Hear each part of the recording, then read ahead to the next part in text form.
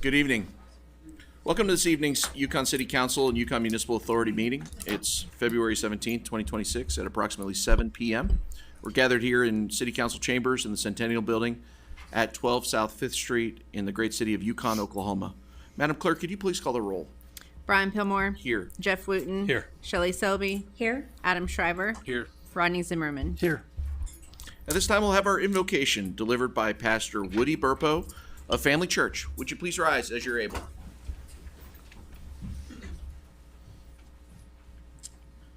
Let's pray. Lord, thank you for today. Thank you for allowing us to wake up today and be here tonight. God, thank you for allowing us to live in such a great country, and what a wonderful state and even better city that we get to be a part of. God, I pray that you would bless the leaders of this city, God, that you would allow them to make wise decisions well beyond the years that they've lived, God. I pray that you would help the businesses that are here, God. Lift up the school districts to you, God, that are making decisions and teaching the next generations, God, and how to do what's doing, God. And Lord, heavy on my heart this morning is those that live in our city, God, that are missing things. God, whether that is needs that they have, God, or wants, God, I lift them up to you, God, and pray that you would be their provider, God, that you would allow generosity to flow from every citizen, that we truly would understand that our city is a lot better when we work together. God, let us look for ways to help one another. We'll give you the praise for it in Jesus' name. Amen. Amen. I pledge allegiance to the flag of the United States of America and to the republic for which it stands, one nation, under God, indivisible, with liberty and justice for all.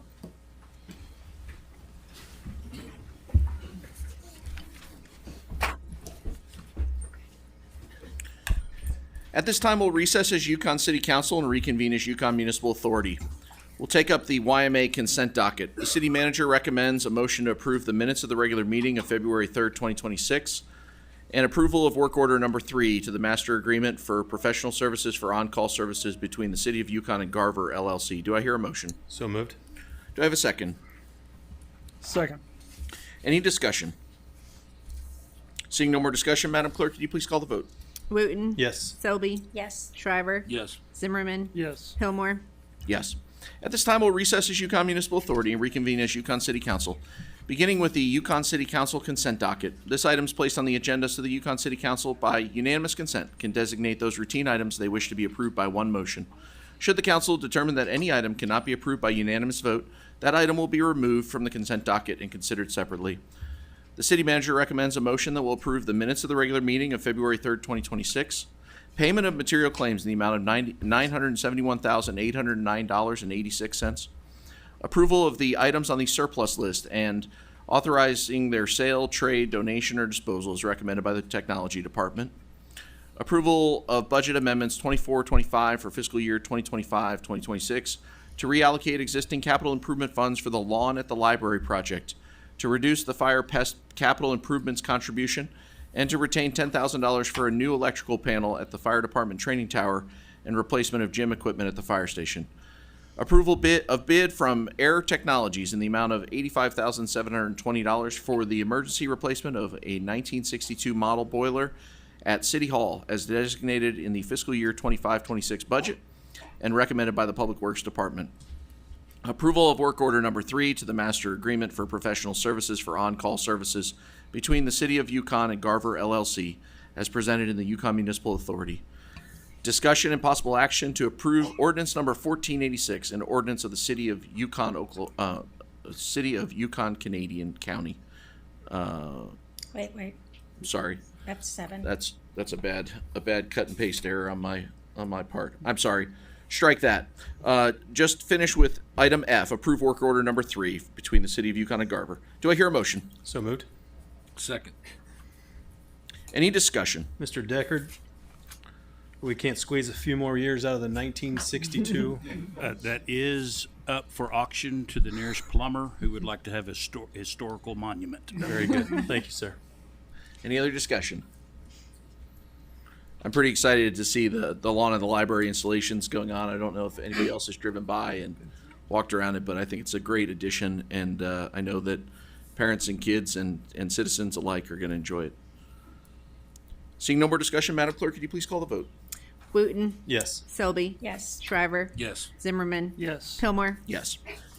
At this time, we'll have discussion and possible action to approve ordinance number 1486, an ordinance of the City of Yukon, Canadian County, Oklahoma, to rezone the property located at 221 North 11th Street from agricultural to light industrial I-1, and amending the zoning map to reflect the changes, providing for severability and declaring an emergency. Do I hear a motion? So moved.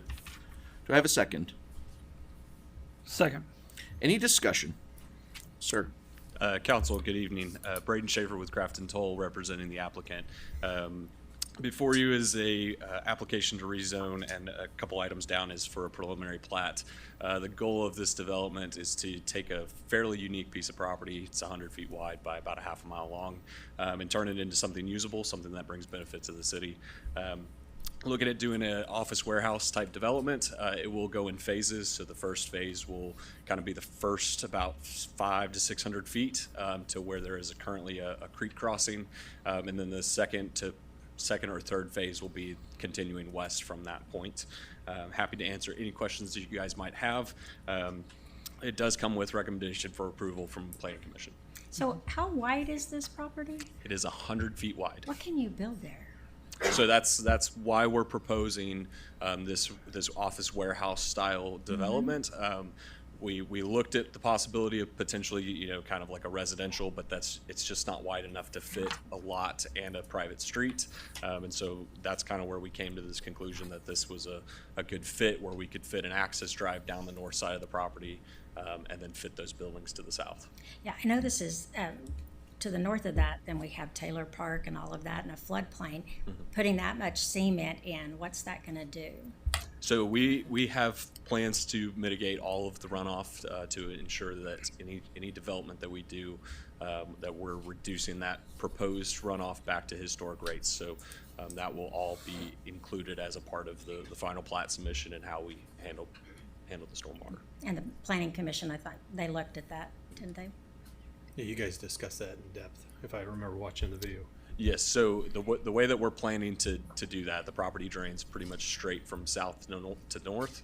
And so the benefit of that is that we get to kind of divvy up the property into a lot of different little basins and provide stormwater management to control that flow as it leaves to the north. Okay. What do you ultimately see going in there? I think kind of the idea is to fit, kind of like your plumbers, your electricians, people that need a little bit of office space, but also a little bit of storage space. These are not meant to be massive warehouse buildings. They're meant to be kind of small, localized units. Good. Thank you, sir. Any other discussion?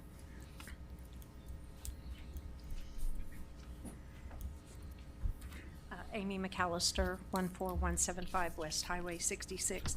I just wanted to clarify, on the agenda, it talks about 221 North 11th Street, which, when I Googled it, I think is on the north side of the railroad tracks. Is that correct? No, ma'am, it's on the south side So of the this is railroad tracks. But when I South Googled it, side. it did the same thing. Yeah, Yeah. okay. So we're talking, I just wanted to verify, you're talking the strip of land. Right. Okay, so because in the plans, it references 201 North 11th Street. Is that this same area? So I think the issue is that addressing really hasn't been set for this property, so I think that's where the discrepancy is of where the city is setting the address. So it could be a range of addresses there, 221, 201, they're Yeah, all in that. until I mean, that's really for the Postal Service to be concerned with, but the legal description, I assume that Planning Commission and Development Services look through the accuracy of that legal description. Yeah, because when you pull it up, it looks like it's the old Southwest Covenant football field. Yeah, Exactly. Yeah. The legal description is for that 100 feet on the south side of the railroad tracks. yeah. Okay. So when you look at, on the rest of the agenda where it showed in the south side of the railroad track. But I did the same thing. I was like, what? Yeah. Okay, and so for those of us who've been listening in on meetings for a while, I know there had been a lot of rumors about that right-of-way being used potentially for water lines to get from the sewer facility out to a data center. So if this is developed, I assume that would not be an area path that you would use for any water lines. Is that correct? I don't, ma'am, I don't think that was under consideration, that particular path, nor is that the agenda item Okay. before us. Well, it's the area. It's a general area, Specifically about but the the top item that we've area. taken up is currently, there's 3 items on this, 3 or 4. Right now is a rezone from agricultural to light industrial. I was also curious, though, why it's an emergency. Yeah, great question. As you'll see, the PUD that we're going to take up, I had the same exact question. The PUD that we're going to take up next, we are not able to put in place a PUD, which permanently restricts the use of this land unless it's rezoned. So that I was going to get to that on the next item of why, I asked the same question to the city clerk on Friday of last week. I said, do we really need an emergency item on this? And I called Mr. Eubanks, spoke to him. He's like, no, 30 days is fine with me. And then we talked to Development Services and said, oh no, but you're going to put a PUD on this. So theoretically, if you don't have a meeting, like if you were to not put in place the emergency clause, and then if you don't have a meeting exactly on that 30th day when it went into effect to put in that PUD, the question is how is the land use governed? Thank you. Any other questions on this item? Seeing no more questions, Madam Clerk, could you please call the vote? Wooten, Yes. Selby, Yes. Shriver, Yes. Zimmerman, Yes. Pillmore, Yes. At this time, we'll have discussion and possible action to approve the emergency clause of ordinance number 1486 for the preservation of peace, health, safety, and public good for the city of Yukon and the inhabitants thereof, that the provisions of this ordinance be put into full force and effect for this rezoning. I'll make that motion. Do I have a second? Second. And again, this, it might seem odd, but for the public good of the city of Yukon, we, in the next item that we're about to take up, are going to permanently restrict the use of this land and the exact requirements that Development Services, Planning Commission, and so on have recommended. And so I think it behooves the city to put this in place as soon as possible. Any other questions or discussion? Seeing no more discussion, Madam Clerk, could you please call the vote? Wooten, Yes. Selby, Yes. Shriver, Yes. Zimmerman, Yes. Pillmore, Yes. At this time, we'll have discussion and possible action regarding a request by ProGrade Construction LLC for a planned unit development located at 221 North 11th Street, following review by the Planning Commission and the recommendation to approve with conditions. I'll make the motion with an amendment to the attached PUD to amend the setback on the north side, which is the boundary, the border with the railroad's property, to go from 10 foot to 0 foot, seeing that the setback with the railroad is not impeding the railroad in any way. So it gives another 10 foot for access drives and other emergency services to come in and out of the property. Do I have a second? Second. Any discussion on that item? Seeing no more discussion, Madam Clerk, could you please call the vote? Wooten, Yes. Selby, Yes. Shriver, Yes. Zimmerman, Yes. Pillmore, Yes.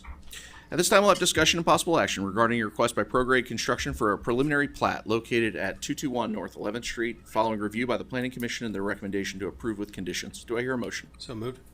Do I have a second? Second. Any discussion on this item? I thought the drawing looked good, Mr. Eubanks, and I look forward to seeing this come to fruition. I think it's a property that's kind of a funny property, and it's a good use for small business people that need what you're going to offer them. Seeing no more discussion, Madam Clerk, could you please call the vote? Wooten, Yes. Selby, Yes. Shriver, Yes. Zimmerman, Yes. Pillmore, Yes.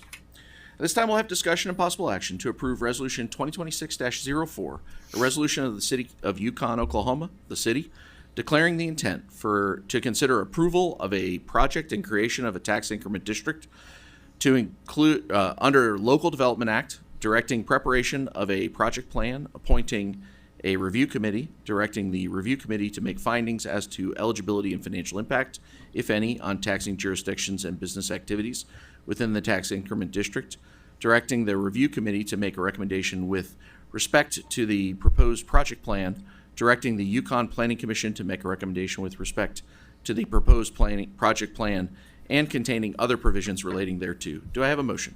So moved. And I'll just add that I received a list of 7 nominees that that Commissioner Zimmerman sent along. Do I have a second? Second. Any discussion on that item? Seeing no more discussion, Madam Clerk, could you? No. You didn't look up, Brian. Sorry, Ms. Burdine. Hi, Stephanie Burdine, 515 Maple. Good evening, Ashley. Aye. My only question on this is we're going to proceed. We had an election last week that changes the representative for that area. So how do we proceed? How is that going to work if Rodney's only going to be there, in that position, basically 2 more months? Would you please explain to the public how this is going to work? And does the new representative automatically take his place? I mean, how does all this work? Yeah, based on this resolution, the council would nominate a new representative in or about June when the new council takes its place. So you go ahead and start. Go ahead and begin. And actually, I think with Nate Ellis as our counsel, which is the next item on the agenda, I think, the school district's already nominated their person, the VOTEC has got their person, the county's got their person, so they just need to add, from this list of 7, they need to add 3 more people to the committee, and then they can get to work. I think not unlike the Charter Change Committee that was 2 summers ago, 3 or 4 meetings, and hopefully they'll do the heavy lifting that they need to do. Okay. It'll all be in public, and it'll be that committee working together with legal counsel. I just to do know their that, assessment. Since there's a major change, I just I'll figured let the you know public would. what I'm doing is Jordan is taking over May 1st, and so I have 2 empty board seats. And so since Jordan will be the one in charge, I'm letting him, have that discretion to help me pick that. As should because, be, yeah. as should be, since that person's gonna be there They're for gonna be the 4 one years taking it over. versus 2 months. Yeah. Yeah. Okay, thank you. Thank you. Any other discussion on this item? Seeing no more discussion, Madam Clerk, could you please call the vote? Wooten, Yes. Selby, Yes. Shriver, Yes. Zimmerman, Yes. Pillmore, Yes. At this time, we'll have discussion and possible action to approve an agreement for tax increment finance counsel services with the Public Finance Law Group PLLC. Do I hear a motion? So moved. Do I have a second? Thank you. Any discussion on this item? And again, for the public's benefit, this is Nathan Ellis, who a different firm, John Williams. These are the 2 attorneys that have helped UConn with bond counsel and public finance matters for, I think, John Williams for decades. Nathan's a younger man, so for many, many, many years. All right, seeing no more discussion, Madam Clerk, could you please call the vote? Wooten, Yes. Selby, Yes. Shriver, Yes. Zimmerman, Yes. Pillmore, Yes. This time we have discussion and possible action to approve the request for proposal for snow and ice removal services and to authorize city staff to proceed with the RFP process as recommended by the Public Works Director. Do I hear a motion? So moved. Do I have a second? Second. Any discussion on this item?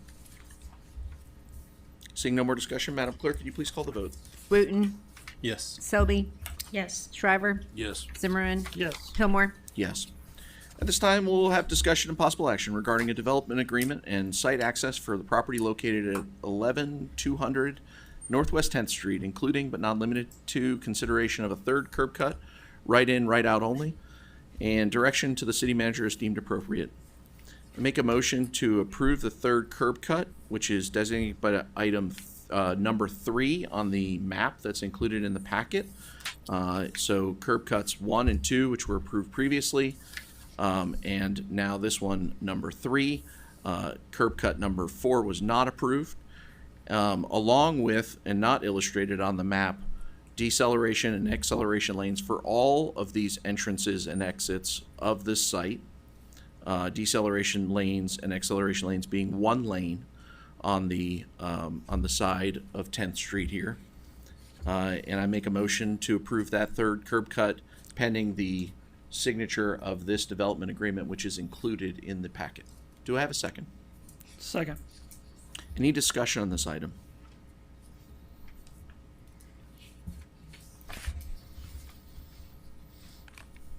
I can't remember if it was 2 meetings ago when you all voted It to own? was either the last one in November or the first one in December. My memory's I know fuzzy it's, too. I couldn't, yeah, if it's been two back, I know it's not been one back, if it's been two back or three back.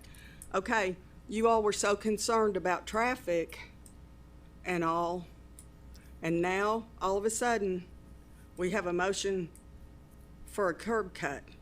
Could there just be a million reasons why? The city manager, I know, has done extensive work with the developer. I don't know the number of hours that the city manager and city attorney and so on have spent, but we tasked them to go off and do that work, and this is what they came back with a lot of discussion between City of Oklahoma City, the developer, UConn. Safety is close to the highway exit. To the tune of millions, correct? We're selling curb cuts now? We're not selling curb cuts, no ma'am. Well, There's that's the rumor. No, actually, this development agreement requires the developer to do the work on the site improvements, including the traffic control. So there's no money changing hands here. There's actually improvements that are going in by the contractor within that development agreement.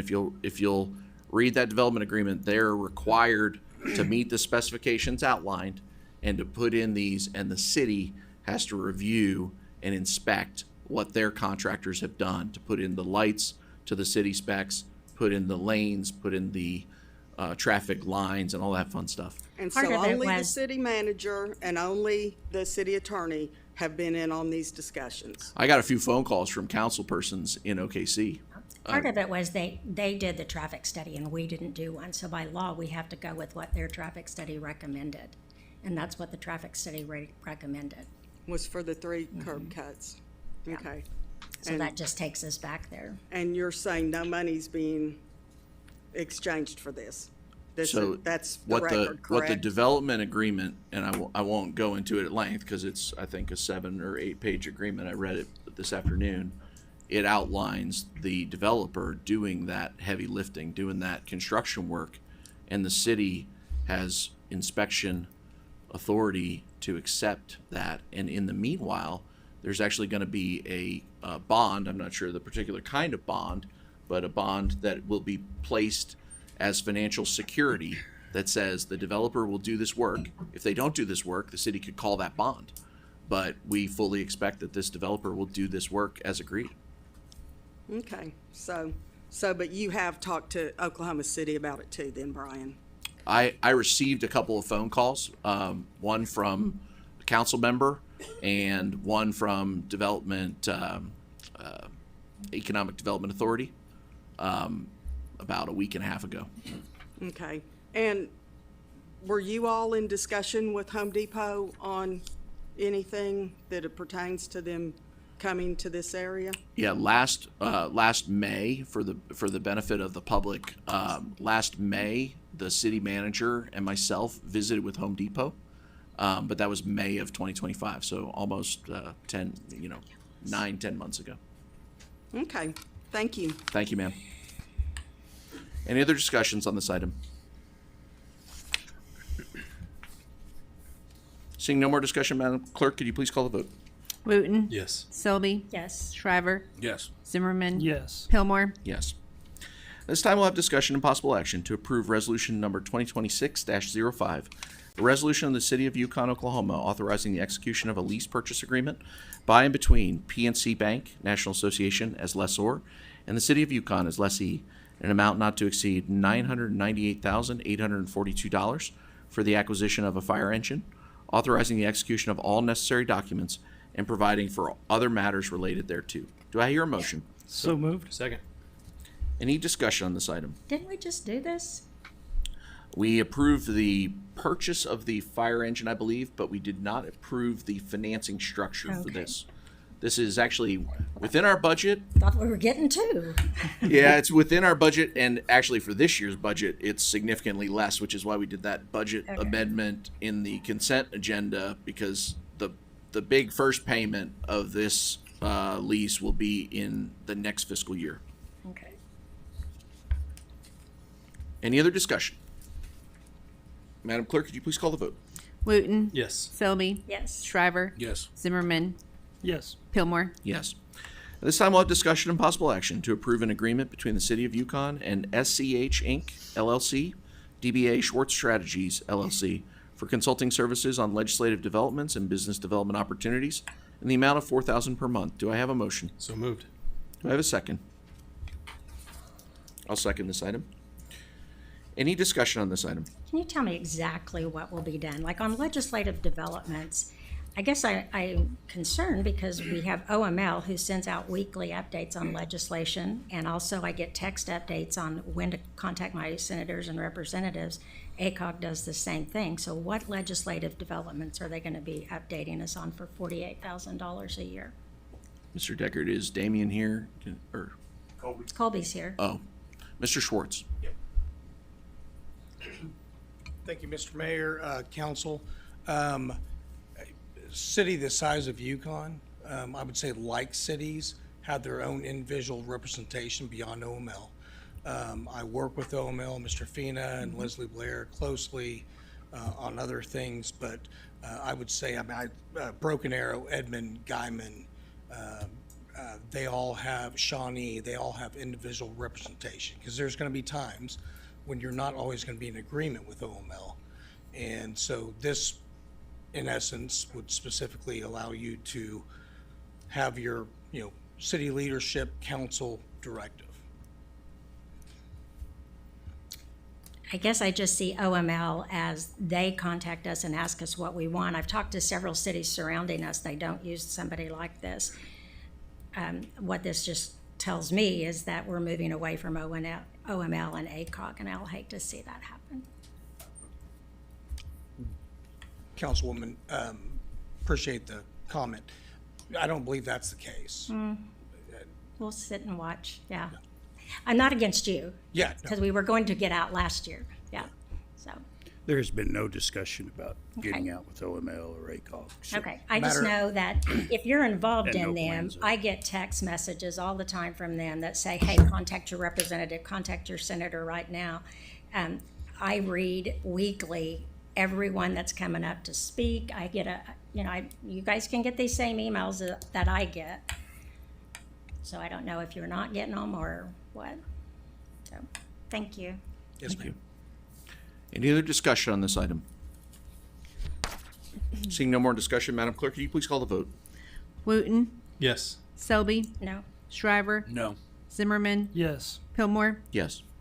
At this time, we'll have discussion and possible action to acknowledge receipt of a petition for annexation submitted pursuant to 11 OS 21-105 by Patriot Land Company, LLC, concerning real property located at 1900 and 2200 South Yukon Parkway, with the legal description as follows: a tract of land being a part of the northwest quarter of Section 27, Township 12 North, Range 5 West of the Indian Meridian, Canadian County, Oklahoma. Said tract more particularly described as follows: commencing at northwest corner of said northwest quarter, thence south 0 degrees 7 minutes 27 seconds east along the west line of said northwest quarter, a distance of 928.90 feet, thence north 89 degrees 52 minutes 34 seconds east, a distance of 50 feet to the point of beginning, thence north 89 degrees 52 minutes 34 seconds east, a distance of 589.76 feet, then south 0 degrees 7 minutes 27 seconds east, a distance of 1,025.38 feet, thence south 0 degrees 7 minutes 27 seconds east, a distance of 292.70 feet, then south 42 degrees 57 minutes 27 seconds east, a distance of 535.82 feet, then south 89 degrees 52 minutes 34 seconds west, a distance of 669.61 feet, thence north 0 degrees 7 minutes 27 seconds west, a distance of 260.00 feet, thence north 89 degrees 52 minutes 34 seconds west, a distance of 285 feet, thence 0 degrees 7 minutes 27 seconds west, a distance of 1,451.12 feet, basis of bearing the west line of northwest quarter of section 27S, 0 degrees, 7 minutes, 27 seconds east, and direct staff to prepare an ordinance to annex the territory to the municipality, with the annexation ordinance to be heard at a future city council meeting. Do I hear a motion? So moved. Do I have a second? Second. Could you repeat all that? Yeah. I was gonna say that. Mayor, would you mind please rereading Yeah. that? Yeah, that's those are the benefits of the job. And don't ask me to draw that on a map. Yeah. Any discussion on this item? This is a formalization of the motion that we made at the last meeting. This is the ticked and tied legal version of the informal motion we made in the last meeting. All right. Seeing no more discussion, Madam Clerk, could you please call the vote? Wooten, Yes. Selby, Yes. Shriver, Yes. Zimmerman, Yes. Pillmore. Yes. Madam Clerk, do we have any new business? No, Mayor. This time we'll take up our visitors section. Anyone having an item of business to present to the City Council that does not appear on the agenda, please come to the podium at this time, state your name and address. You're requested to limit your presentation to 3 minutes. Any item being presented must pertain to the City of Yukon business.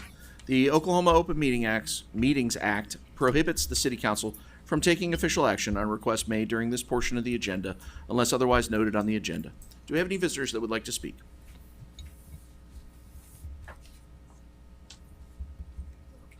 Usually there's a lot, so I was kind of waiting. But anyway, my name's Eleanor Scheib. I live at 324 Ash. And I'm kind of behind on getting around to these items here, but they were on a previous minutes agenda. A woman, Karine Seiler, brought up the fact of the Yukon Mills not being currently registered on the Oklahoma or National Registry. And she stated that it was very urgent that we get that done. And it seems like she was waiting on the city council to approve it, or she was waiting for the Historical Society to have a draft ready for it. I think she said they had one ready, but it needed to be approved by the city council. And I think no one wants to see our mills being gone. So can I ask you if you've done anything about that yet, or has anybody? Madam, we're not able to You're respond not- during this section. Oh, okay. Well, anyway, just keep thinking about it, please. Thank you. Also, David Bloom expressed concerns about the traffic light being gone at Andrews Drive and Garth Brooks Boulevard. And he stated that it was very, dangerous for the residents that live in the area. Not only the residents that live in that area that were making use of that stoplight, but regular traffic. It's almost impossible to drive in and out of there down that street if you're going to like Kentucky Fried Chicken or, anything that's in that direction. It's almost impossible because of the traffic on Garth Brooks Boulevard. So I'm asking, why did they take it away? I'm kind of just following up on what he said. Why did they take it away, and will they put another one back up there when they're finished with all their, all the construction on Garth Brooks? And last but not least, Northwest 10th and Holly. Very, very, very dangerous. I don't usually go that way, but I was with my daughter last week and we happened to come out winding down Holly, and we came out on 10th Street, and it was impossible to pull out there to make a left-hand turn. We waited and waited and waited and waited. Finally, it was almost even hard enough to make a right-hand turn because of all the high traffic. And I told her, I said, well, I'm going to bring that up. She said, well, I think, Mom, that somebody else has already brought that up. And I said, well, I'll just bring it up again. That it's very dangerous, and oops, my time is up. Oh, I is that guess. what that was? Thank you. So I'm just worried about that intersection also for people's safety. Thank you. Thank you so much. Yeah, dog shock collar there. I did not realize that. Mr. Burris. Yeah. Mike Burris, 300 East Platte. I got to watching the meeting from the last meeting. At 33 minutes in, Ms. Selby said that she was on the board in ACOG and talked about how Yukon had ended up with 0. That kind of made me start thinking I really would request kind of a cost-benefit analysis. We considered possibly getting out of OML, or there was discussion on it a year or two ago, and it was determined we'd be better staying in, so you guys decided to do that. If you can, I don't know if we have the capability, I'll bet you Mr. Chris could do it for you, add it to all his other duties. He could make a cost-benefit analysis. What are we getting from this? I know we're spending money, you know, if you look what bills are paid, we're paying to be there. I would like to know what we're getting out of it. Thanks. Thank you. Any other comments? Seeing no more visitors' comments, we'll now have our reports from city staff and city officials. This section is intended for the staff, city manager, mayor, and council members to make announcements, recognitions, etc., concerning the municipal or municipal body or community matters. It's not intended for the conduct of city business by members of the public body. We'll begin with a financial report by CFO Brian Criss. Mr. Chris, I'd like to tell you that I have that information from last year, and it was quite beneficial. This year it's been 0 because we didn't apply. Okay, thank you very much. Good evening, Mayor and Council. It's always a privilege and honor to get to stand before you. I'll go through the report tonight. It's going to follow the same pattern as usual, but just in talking about financial updates, we are in the thick of budget season right now. Just want to commend all city staff. We've really taken City Manager Deckard challenged us this year to kind of take a zero-based budget approach. So we're not considering last year's expenditures. We're really trying to dig into each of those line items. Councilwoman Selby, to your point, to make sure that any item that's included in the budget is being verified, why we have it, why we need it, and that will be through discussion. We've also, like I said, I just want to commend city staff. It's been a huge challenge. It's kind of upended our normal process. Been a challenge for all of us. But anyway, just appreciate all departments leaning in. We've had a lot more people involved in the budgeting process too, which has been an exciting part. It'll make next year's budget even better to manage as we work through the year, just because there was so much more input across all city departments. So it's an exciting time, busy time, but exciting. First slide I have for you is just our account balance. Again, this does take into account fund summaries. It includes claims on cash, CDs, all cash equivalents. Basically flat from what I reported to you at the end of December.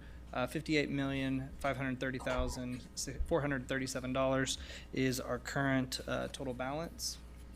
Do we anticipate, Mr. Chris, do we anticipate the ARPA funds being fully spent by, I think, the end of this calendar year? Correct. They have to be expended by December of this calendar year. So Okay.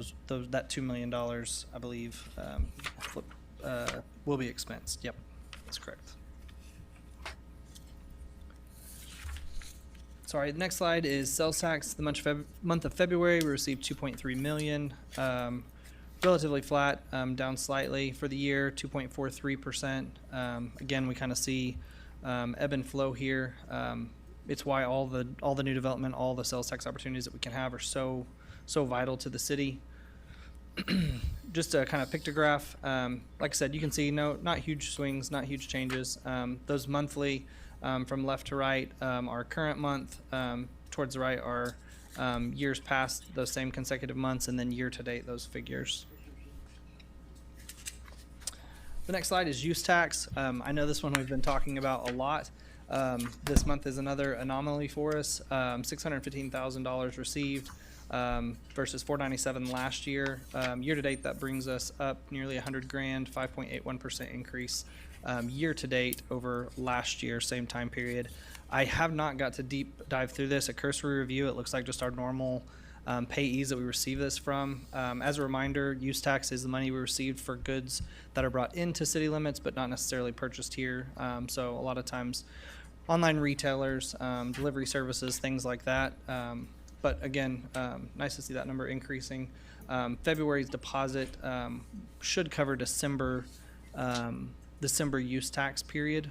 So seeing that big number, good indication of what December looked like for us in terms of those use tax items. Again, pretty big jump up there in the monthly column.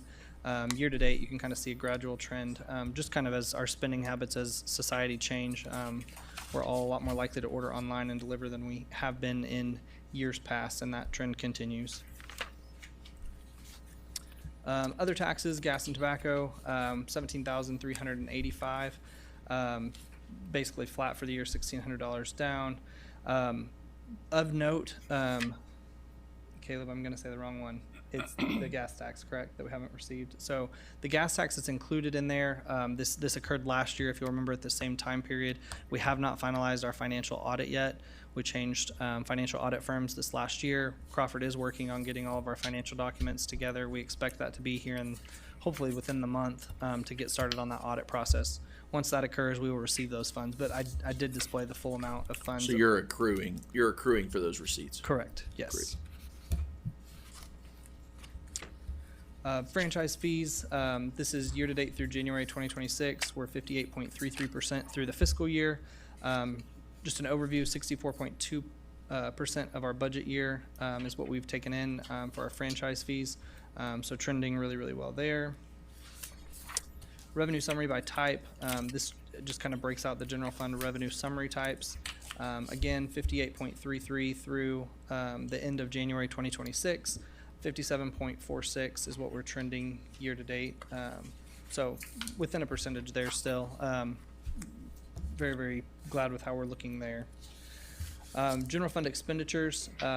Again, I've mentioned we're 58.33% through the fiscal year, setting at about 60% on expenditures. I've talked on this, but just as a reminder that we don't always spend just in a straight line. You know, there's certain expenses that you may see the same expenses month in and month out, but there's a lot that a contract may have been due at the beginning of the year, so that would skew the percentage spent much higher. So this is well within where we need to be at this point in time in the year. Again, really just about a couple percent, not even 2% off of where we're at through the year. So we will continue monitoring this though and ensure that we do not overspend. Just a quick overview for our enterprise funds. Again, 54.42% year to date versus that 58.33 through the fiscal year. Expenses 57.94, so in line pretty well on both of those as well. Again, we'll continue to watch those as we progress to these last 5 months of the fiscal year. And final slide I have for you is year-to-date interest. So through year-to-date January 2026, $878,661 of interest collected so far. We still have those CDs that are out there. We didn't realize any this month. So that interest will continue to increase as we realize the interest when those CDs mature. That is with interest rates going down in the market. I know you all have seen that, and we're seeing that. So still really, really excited. It's very promising, the interest that we're able to receive on those accounts. Do lots of good in the city. Thank you. Thank you, Mr. Chris. Lots of chickens. Mr. Deckard. Well, as you come in, Chief Corn had his new command center out there, and that is very exciting. If you didn't get a chance to go in, please go in and look at it. I'm assuming it's still out there. Nope, it's left. Anyway, so it's super exciting about seeing that come in. You know, unfortunately, we're having all the fires and stuff today, and I'm sure they would be very happy to have the command center out there. So anyway, that's all I got. Thank you. Thank you, Mr. Deckard. At this time, we'll open the floor for each council person to say a few words in closing. This item is reserved for announcements, recognitions, etc. It's not intended for the conduct of city business by members of the public body. Councilmember Selby. I would just like to invite each one of you out Sunday to Vaca from 4 to 5:30. We run a food pantry here in Yukon called Jacob's Cupboard in memory of our son. It's been 16 years since his death this week. We we get those people that fall through the cracks because we don't take government funding. We depend totally upon donations. So come out, Baca, 4 to 5:30. There'll be live music, there'll be cake, and my husband will insist that you take some so we don't bring it home with us. Thank you. Councilmember Zimmerman. I actually have nothing tonight, but do what she said on Sunday. Yeah. Thank you. Councilmember Shriver. I don't have anything. Thank you. Vice Mayor Wooten. I don't have anything. It's gonna Okay. be all you, sir. All right. Some events that are happening in Yukon. Yukon Parks and Recs Youth Softball League. Hopefully you've seen the signs around town. It's sign up deadline is February the 28th. It's $50 per person. It's for girls ages 4 to 12. And then the kids trout fish out is March 7th from 8 a.m. to 11 a.m. at Welch Park Pond. This is free. There's games, door prizes, fishing related activities, and the annual race around the pond. There's awards for the heaviest fish, the lightest fish, and the most fish caught. Thank you so much to everybody for attending. This meeting is adjourned.